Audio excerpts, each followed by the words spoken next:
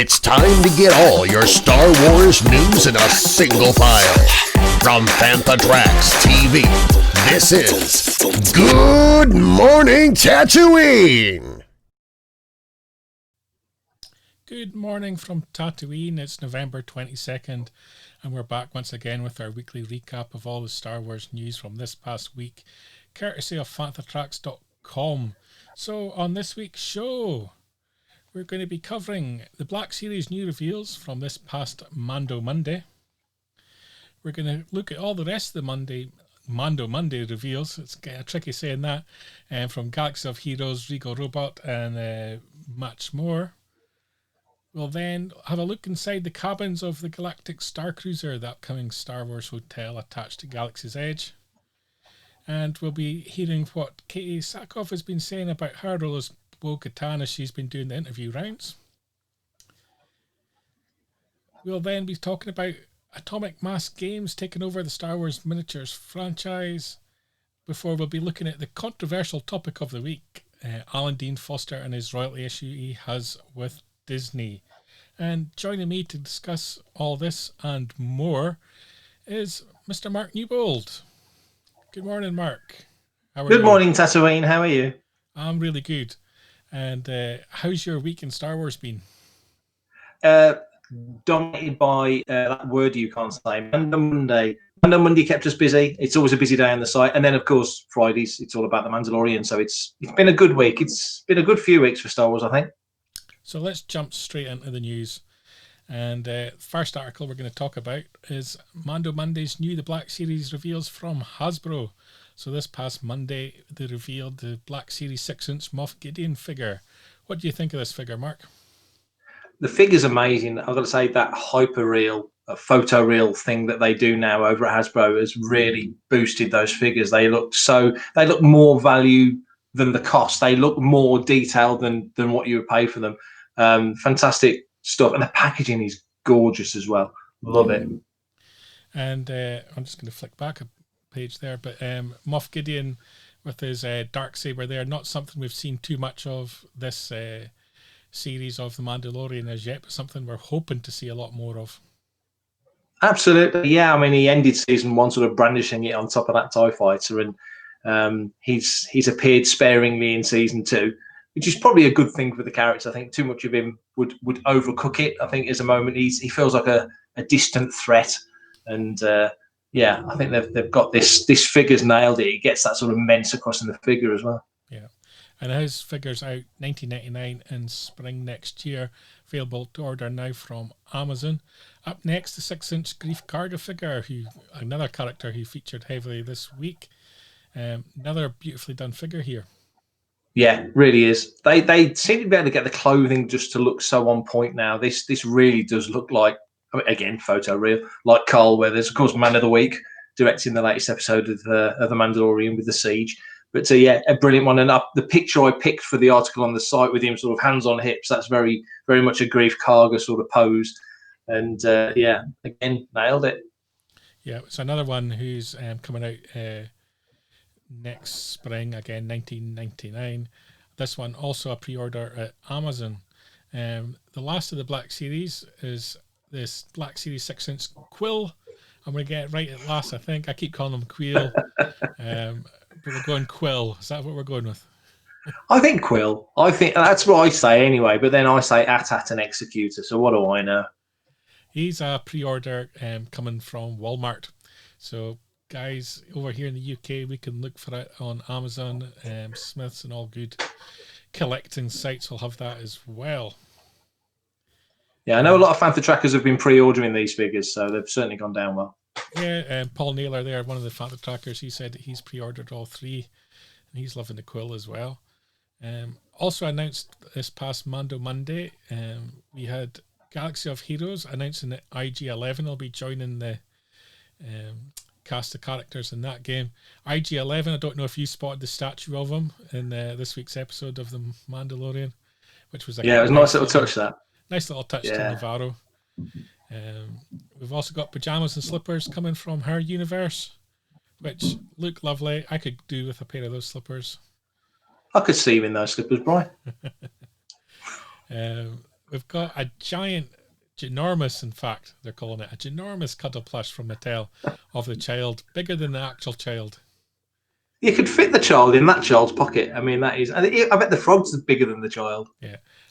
If you look at the frog, I don't know if you've seen the Dutch adverts for Brexit and being prepared. They've got like a little blue monster. Kind of looks like that. The plush from Mattel there is going to be an exclusive at Target. Next up, Regal Robot, continuing doing beautiful stuff from the Mandalorian each and every week. This Docking Bay 35 wood art plaque. I think next time we head over that side of the pond, Brian, we need to take a big suitcase because this needs to come home. I think so. A trip is much needed, much missed this past year, of course, not getting away like we normally would. So that would definitely do the door of my collecting room quite nicely. Next story we want to have a look at is the cabins aboard the Galactic Starcruiser. I think they're calling it Halcyon. Halcyon, yeah. And this is going to be the Star Wars hotel that's been much talked about, attached to Galaxy's Edge over at the Disney parks in America. What's your initial thoughts these cabins? Yeah, I think back to Titanic, and I was expecting Billy Zane's sort of luxury suite rather than DiCaprio's lower decks sort of bunk style room. It's less Butlins, more Hutlins, I think. I like it. I mean, it definitely feels like you're on the starship, but as we said earlier, for $1,000 a night or whatever it is, it's fairly basic by the looks of it. It's $1,000 per person per day. $3,300 for a 2-night stay. Wow. Which is See, I've only got one kidney, Brian, so I can't really accommodate this sort of luxury. I think I'll have the double bed. We'll squeeze you into one of the pods. You might not get me out again, then. They've got this tricky thing where they've tried to make it look like a spacecraft, but to me, they've made it look like a really cheap hotel, like the pods you can get at airports where you pay by the hour. And when you're paying £1,000 for the night, I don't want to be staying in a hotel that looks like you pay by the hour. There's certain connotations go along with paying for rooms by the hour that I think Disney would probably want to avoid. Although if they're being authentic, I don't know. But yeah, it does look a little bit cramped. I can't imagine. I mean, this is of course just one room, isn't it? You know, there's going to be other rooms and other cabins and so on, family rooms and single rooms and such. Maybe this is just the first one they've finished. I don't know, but. It does seem quite steep. I'm guessing if I'm going, I want to stay in the captain's quarters, but I don't think I earn enough to make that happen anytime soon. Next story I want to have a look at, Katee Sackhoff in her role as Bo-Katan, taking it from animation to live action. She's been doing the interview rounds this past week. One of the interviews she did was with Ash Crossan. She's made some interesting comments this past week about appearing back again. Have you had a chance to check out some of these interviews? Yeah, Ash always does good interviews, and she certainly got a good one out of Katee. She's buzzing about. Obviously, she's played Bo for 10 years as an animated character, but to bring him into live action is I would imagine, quite unique in animation and live action, television or movies even in general. So it's quite a unique thing to do. Excuse me. And there's rumours of her, Bo, that is, appearing in the Bad Batch as well. So she's kind of in our line of sight very much at the moment, but excited. I mean, the headline, the Pinocchio reference in the headline, is sort of speaks to something that Bryce Dallas Howard said to her, more, she needs to be more real. She's a live action character on screen. You're Bo-Katan now, not just your vocal cords, it's you. And when you think of other actors who voiced characters who were hired, and of course all of them are hired for their voice. They didn't hire Katee to be a live action Bo 10 years ago, or however long it was. She was always the voice of Bo. Very fortunate she's been able to translate that across. That's not going to happen for everybody. So yeah, very exciting. The interesting thing I took away from it is she talked a lot about the faults that her character has, and that there's been this evolution in the character, growing into a leader, sort of moving from this darkest more towards the light.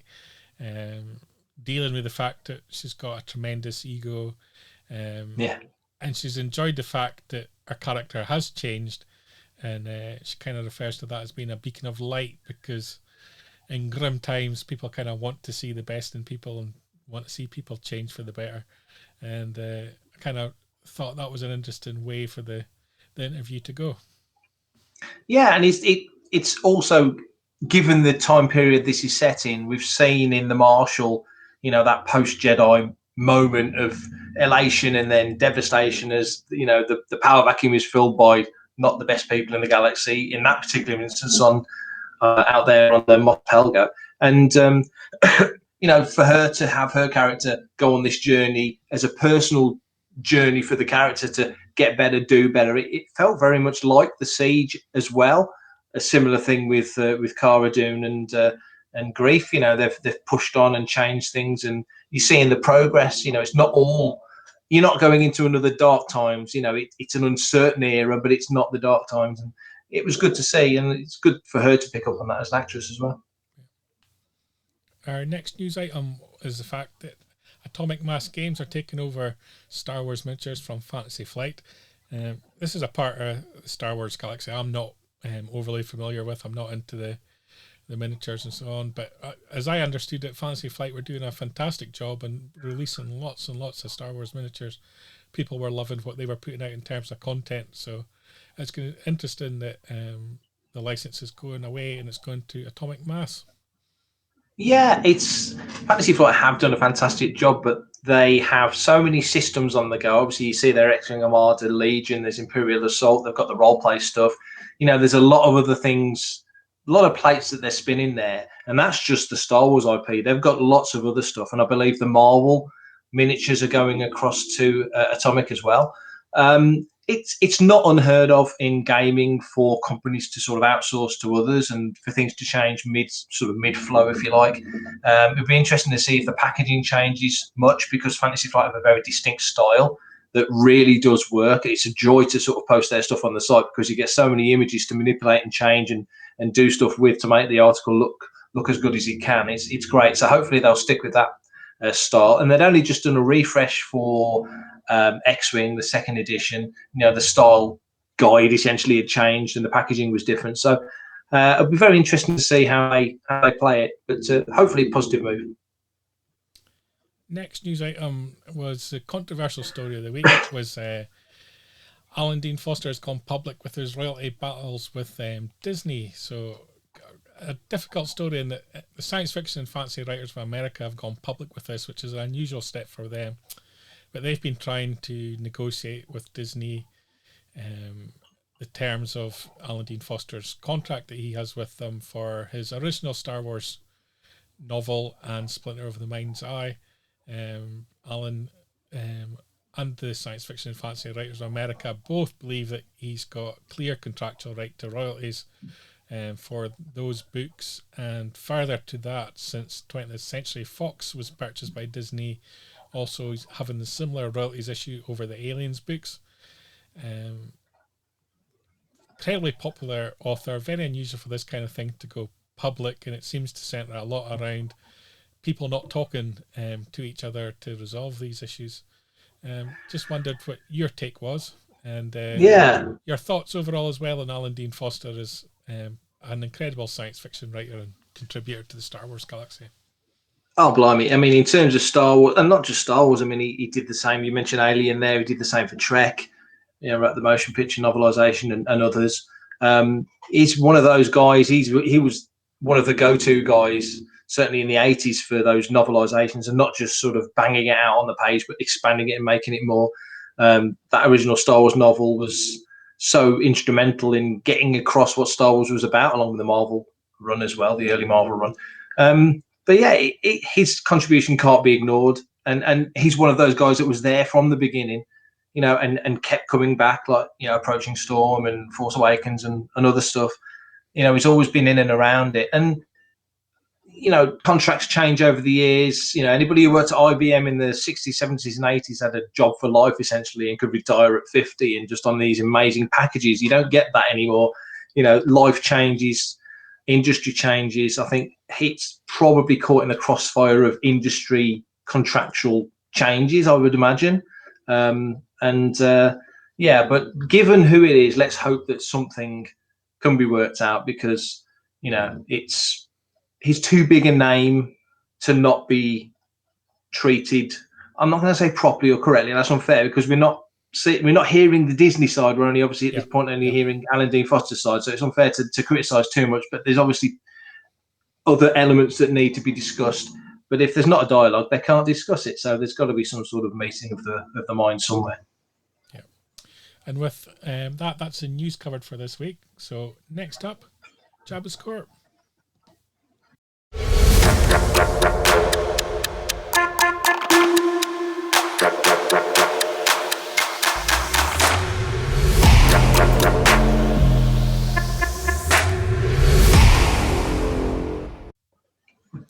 So the big discussion topic this week on Jabba's Court is obviously the Mandalorian Chapter 12, the Seige, this past Friday's episode of the Mandalorian Disney Plus TV series. This past week we saw the return of Cara Dune, Greef Karga, and my favourite, Mithril. But what did you think of this week's episode, Mark? Oh, I loved it. It had such a great Star Wars vibe about it. I know it sounds silly because it's a Star Wars show, but some shows distill that original, especially the original vibe, better than others, or in a different way than others, because we're moving around the timeline. Hello, Sam. So I think that episode gave me such great OT feels. It touched on a lot of familiar iconography and just the general tone of it. We've just been talking about role play stuff and the Atomic Fantasy Flight stuff, and I always think back to West End. All the years playing West End games. This had that West End roll a d6 and see what happens vibe about it, and I really did dig that. I know you played West End back in the day as well. So. The episode kicked off with quite an interesting scene, I thought, with the child actually having a functional role within the action, where he'd been sent into kind of like an engine compartment to try and rewire some components, and he was taking some instruction from the Mandalorian, but maybe not quite getting there all the way.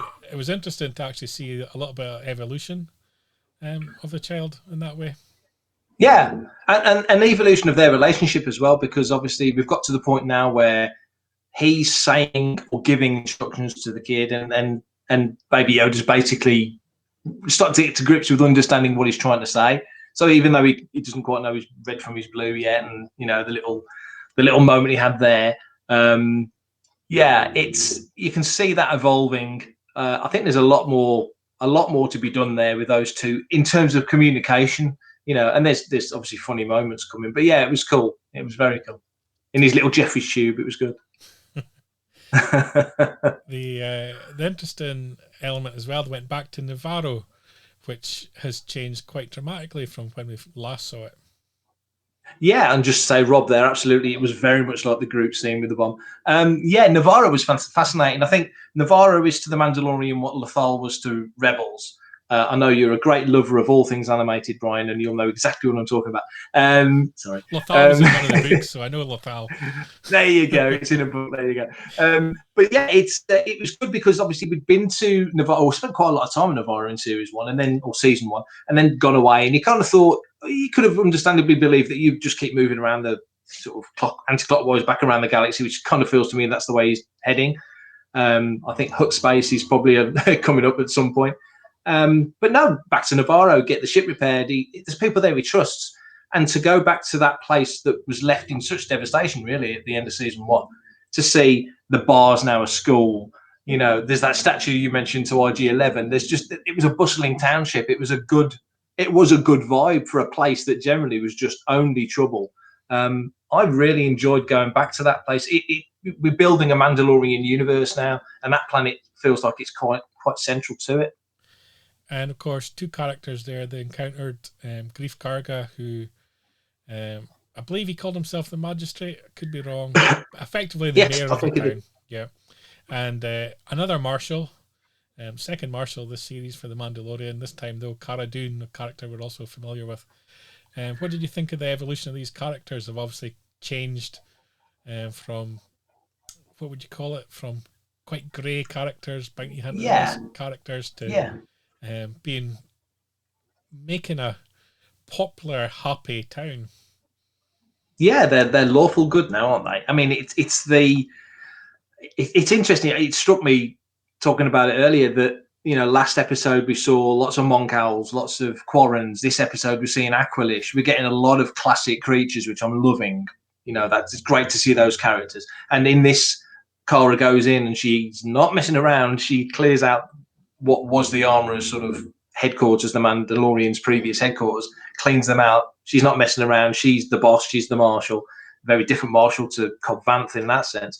And Grief kind of has that Lando, you know, Baron Administrator of Bespin vibe about him. He's looking after the town and sort of, you know, organising even. It would feel to me, or I get the sense he's quite an active guy in that sense. And you're right, there is a good vibe about the place, which you might not have expected.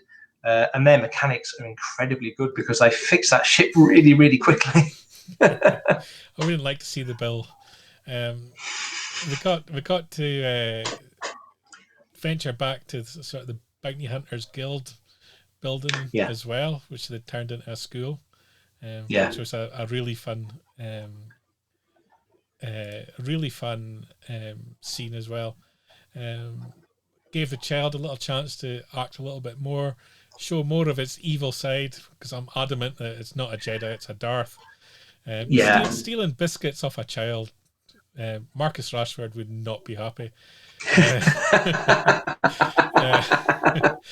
Love it. It was a lot of fun, and there was a lot of real good fun moments injected into the Return to Nevarro. They're finding the balance, aren't they, with this show? As much, Star Wars has always had. It's always been slightly goofy. It's always been a bit cheesy. It's always been kind of witty.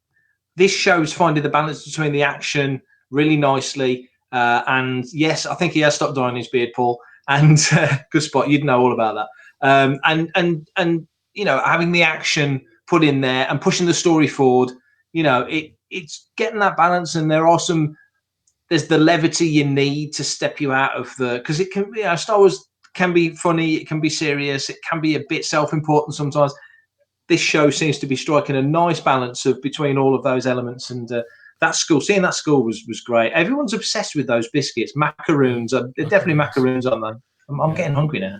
I haven't seen the Bake Off in a while, so I'm going to use that as my ignorance. It's not the same without. Is it Mary? I would say Mary. Yeah, Mary Berry. Yeah, I don't like Prue. It's not the same.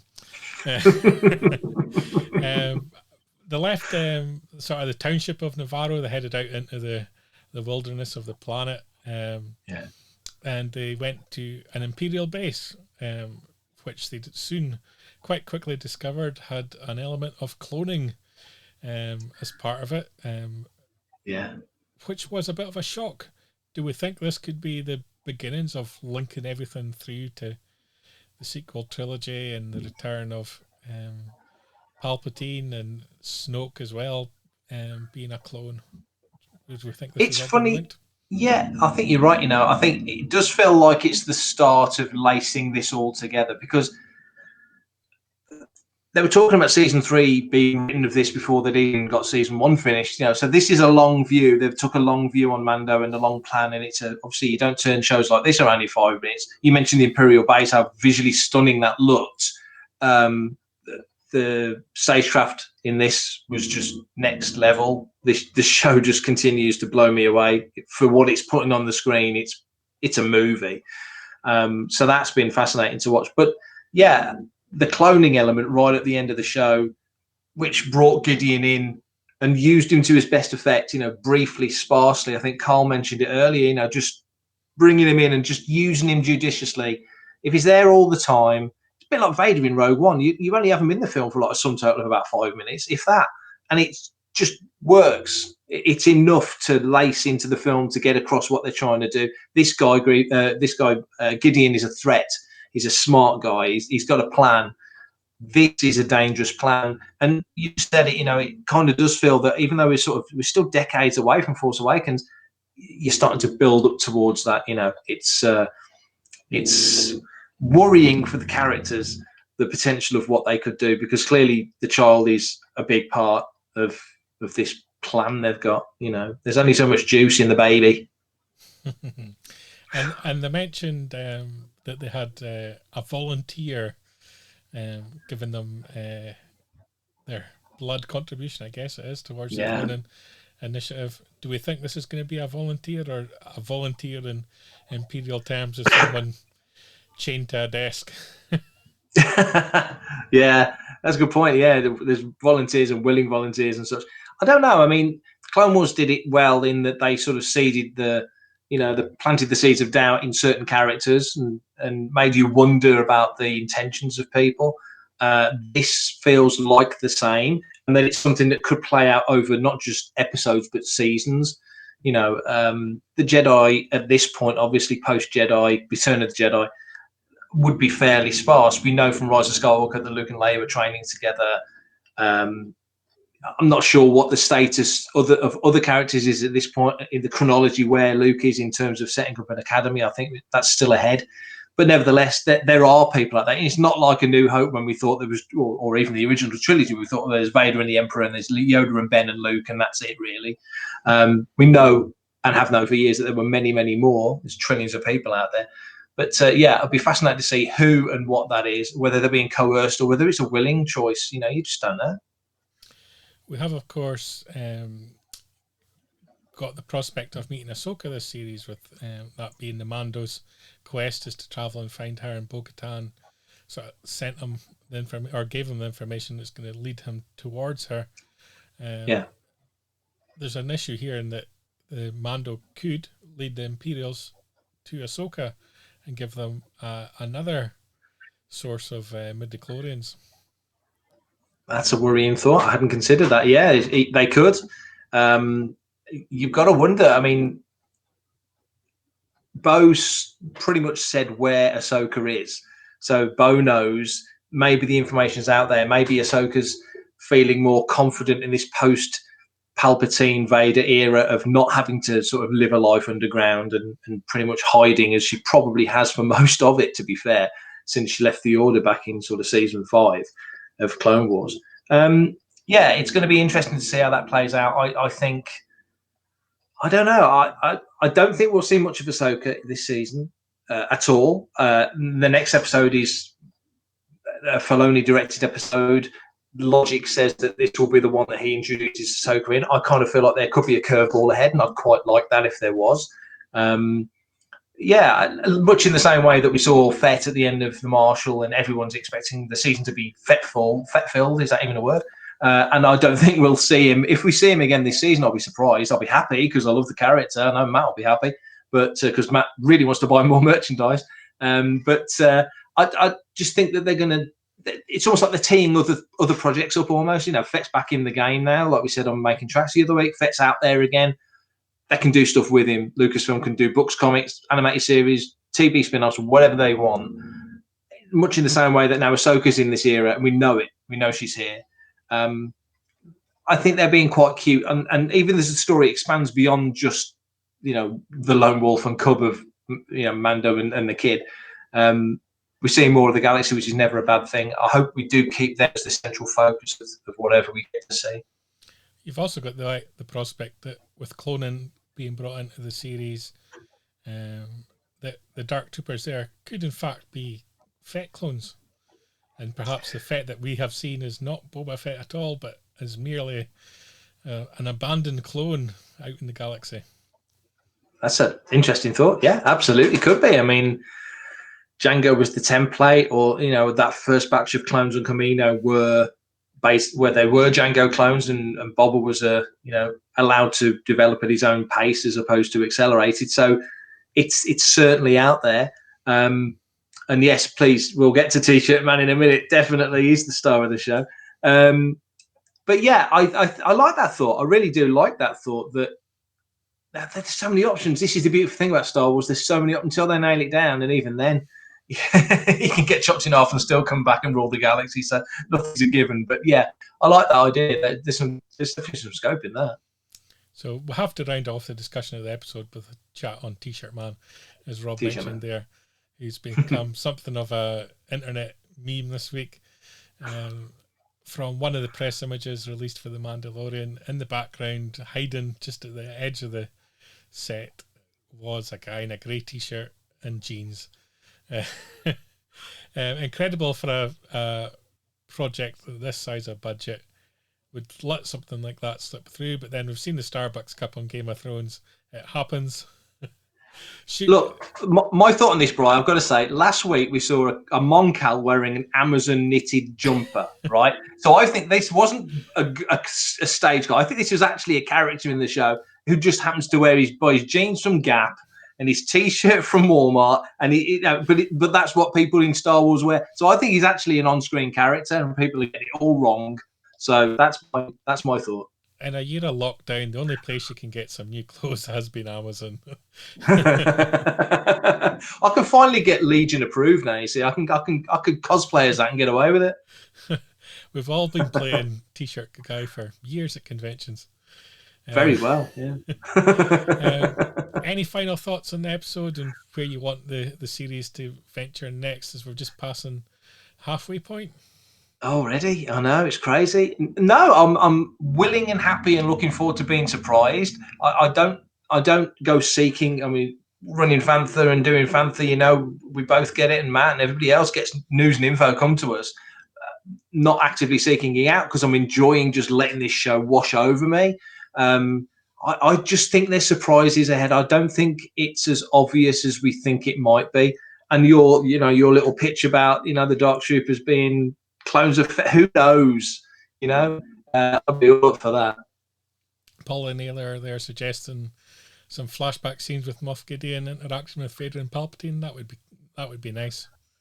Great way of getting him in the show as well. I mean, that's definitely doable.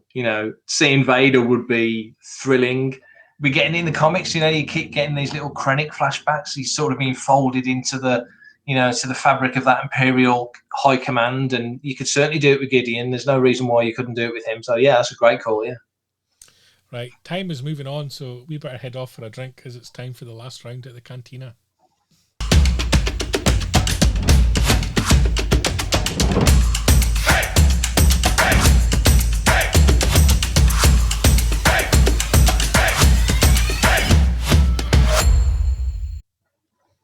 So this week's topic, what is your favourite Star Wars trailer?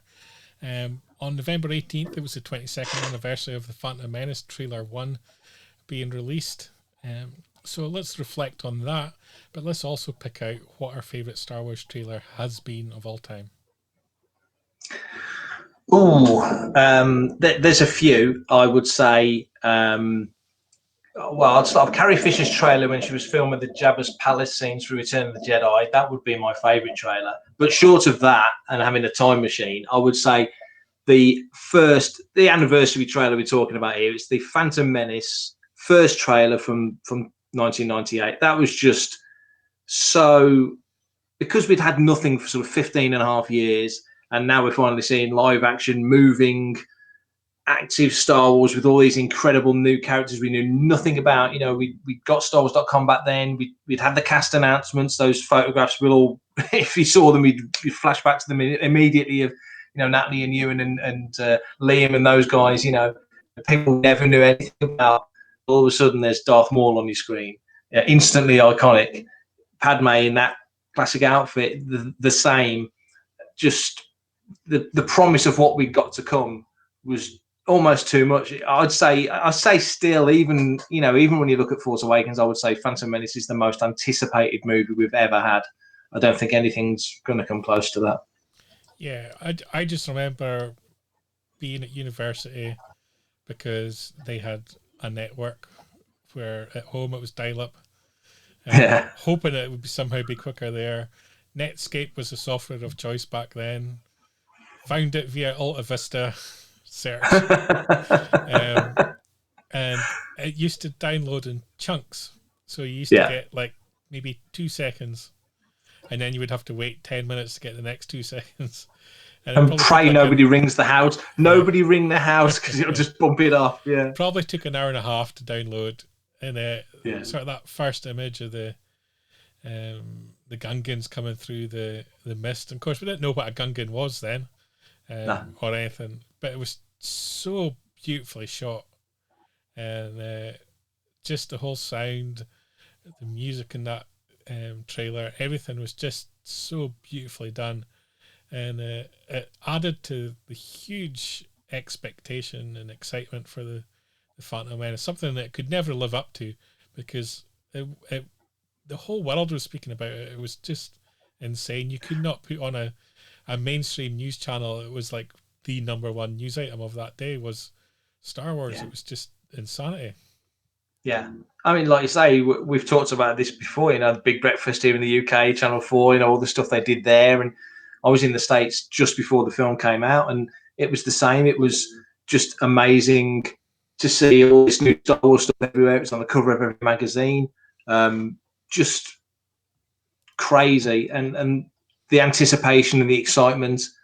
I can feel it now. I'm thinking, no, think about it now, and everyone's feeling for it is unique. Everybody saw it in a different place.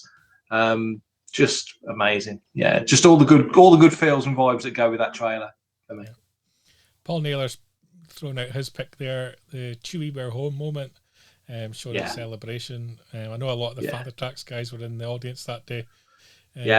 As a sort of relaunch Star Wars with the trailer for The Force Awakens, and it was a special moment just seeing Han and Chewie back on the big screen. Yeah, especially because it was Han and Chewie, and that line, just awesome. I say I lost it when I saw that, and I'm fairly together, but I could just feel it building up. It's very special moment. Very special moment. I'm going to pick a different celebration moment for me, and it's a bit of an oddity of a trailer, but I'm an odd person, so why not? You are. Yeah. Which was the Rogue One, the very first teaser that we got for that, which was a Celebration exclusive, never shown anywhere else, and they had immense trouble showing it a second time. Is something I also remember. And yes, the film had just been announced. In fact, the whole concept of Star Wars stories films had just been announced, so this was something completely new for Star Wars. First time we're stepping out of the saga films, and it was just a very short trailer, flying over like a jungle setting, panning up to the sky, and you kind of see the dust kind of cloud of the Death Star and the gases of the planet, and it was just such beautifully crafted. It told us absolutely next to nothing about what we were going to be getting. None of it ended up in the film, much like a lot of the things in Rogue One trailers. True. But True. It was so beautifully done, and I think the way that they announced and launched it, and especially when all the madness that was going on in the 48 hours before that celebration, all to do with the Boba Fett movie and everything that happened there, to push that out, I just thought was beautiful. And, I love they turned on a dime there. They were very clever looking back at how they covered themselves. And that trailer, you absolutely nailed it. Actually, Rogue One, the first film to release the Blu-ray extras before the film comes out. Essentially, you look back at that trailer, there's barely anything left of it in that sense. But it was. You're right. It was a brilliant trailer. And I'm kind of glad that they've never put it out anywhere. It's got about as much chance of coming out as especially it's one of those sort of lost story. You had to be in the room, didn't you? That was the beauty of it. And I know there are sort of very naughtily filmed versions of it out there floating around, but nothing near the quality that we were lucky enough to see. Yeah, it's the one thing I guess missing from the Mandalorian is you're not really getting a preview or a trailer for the following week. Occasionally you get some content slip out and something more generic for Disney Plus, but something that's kind of been missing that I'd love to get that 10-second next week. Yeah, that's a good point. Yeah, I mean, I always talk about Star Trek, don't I? Next Gen used to do it. They give you a teaser for coming up next week, sort of thing. But Mando is so different because it feels like a film. It doesn't feel like a TV show. It feels like it's a movie. So, to get a trailer for it would feel appropriate. And just looking at their Star Wars 100 interviews, thanks for sending one in. Seeing the speed about it's got that Jedi vibe about it. It just, but he done even better. And there was even shots in there. The shot with the zooms in on the cannon. Which was straight out of Jedi. There was just little subtle, just enough for you to go, that's what this show does so nicely. Is it's not slavishly repeating. The first time in Chapter 5, the gunslinger, when we went to Tatooine, you saw the Macquarie shot of Tatooine, you saw the shot of Mos Eisley, you use it in some of the trailers for this very show. It's the same shot, but it's not slavishly bowing at the altar of. It's just giving just enough of a wink to it, which is really nicely done. Yeah. Other than the Phantom Menace, is there another trailer that's special to you, brings back great memories? And just to note Daryl's thing there, yes, it's better on second viewing. I think I find every episode has been better on second viewing. I half jokingly love the Empire one with Harrison Ford doing the voiceover, because I just think it's hilarious, because he was so caffeinated when he recorded that quite clearly. No wonder he did the voiceover for Blade Runner. It makes all the sense now. The third Revenge of the Sith trailer, the one where you juxtapose with Ben in the hut telling the story of Anakin to Luke way back when, and just the merge of that was beautifully done. That's probably weirdly, the prequel trailers were excellent. The little the tome poems that we had for Phantom Menace, they were gorgeous. We had some really nice marketing rather for the prequel trilogy. But and the first Revenge of the Jedi trailer, that was pretty special as well. So Star Wars does good trailers. I guess it's not so much a trailer, but as part of the episode 9 build up, I think it's San Diego, they kind of released the sort of Star Wars saga kind of recap with little behind the scene moments interjected into it as well. I kind of loved that as well. That was a lot of fun. I thought it was really beautifully crafted as well. Yes, Rob makes a good point there. That original Somewhere This Is Happening Right Now trailer, I think that was the 76 one with the old Star Wars logo, and before Williams had recorded his music. And I think I mentioned it earlier, but I've actually held the actual trailer in my hands in Ben Burt's office. There you go, big name drop. Didn't play, I just held it and looked at it, bit of plastic, but it was a bit special. And that, you think what came from that, everything we've got now, it really kind of started with that trailer.